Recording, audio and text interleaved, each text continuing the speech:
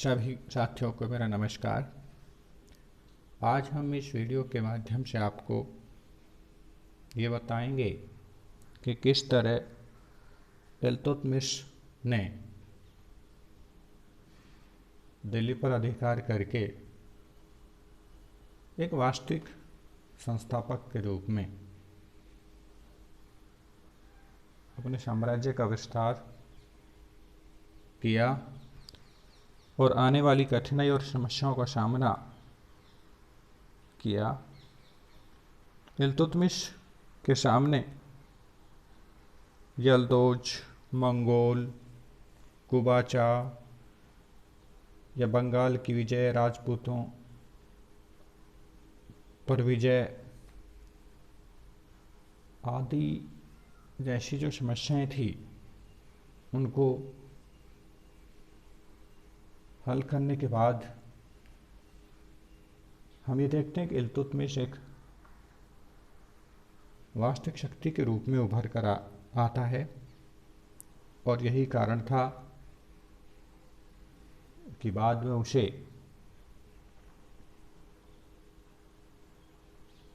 खलीफा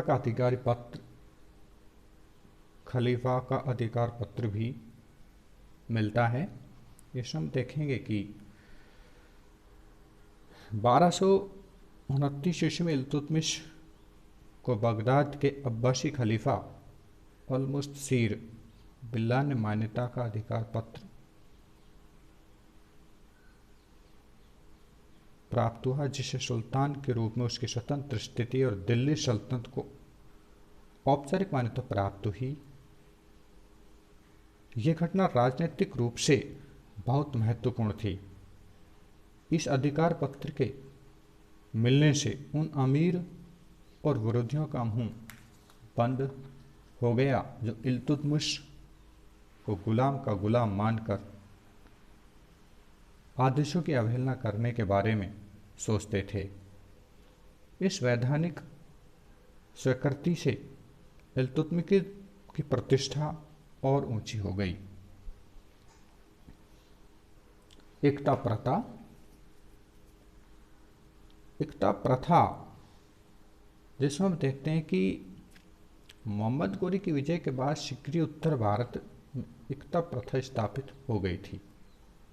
ऐबक का काल अत्यंत संक्षिप्त था, इस कारण उसके अंतर्गत एकता प्रथा के बारे में जानकारी प्राप्त नहीं होती। लेकिन इल्तुतमिश के राजारोहण के साथ ही एकता प्रथा दिल्ली सल्तनत की आधारशिला के रूप में स्थापित हुई।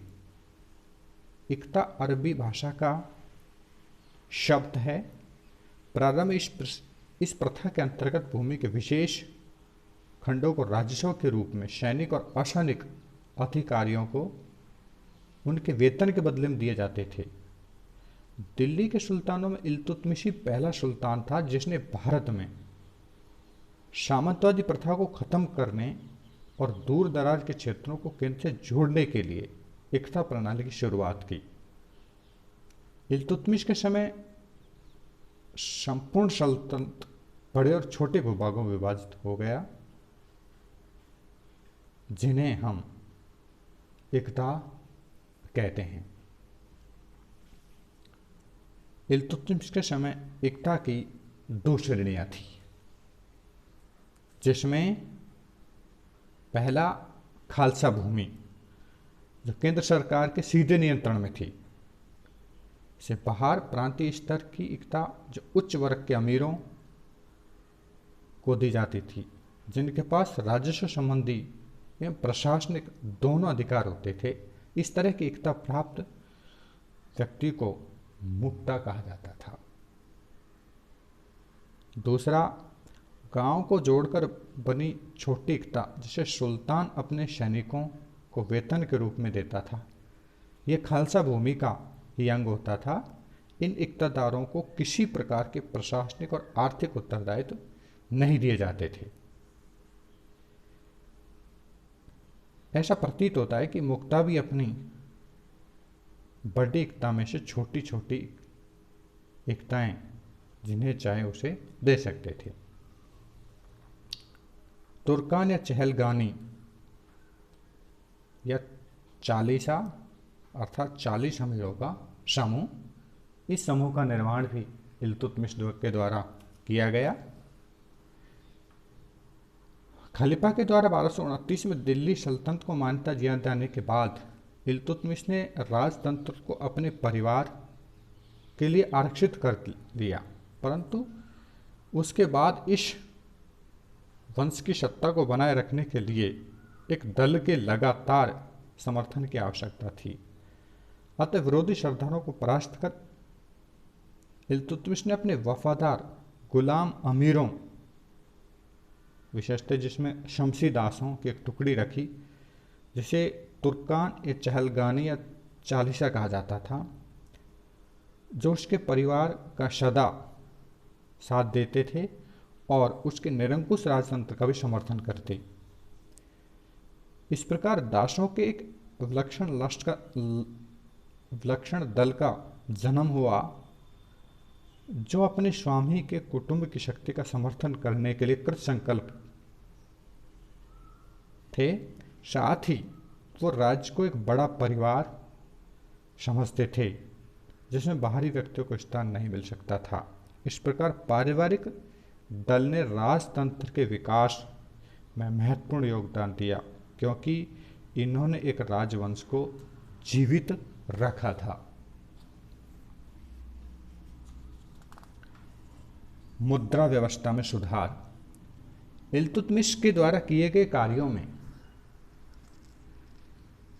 40 अमीरों का संगठन रहा हो या एकता प्रथा रही हो, इसके साथ ही उन्होंने मुद्रा व्यवस्था में भी सुधार किया।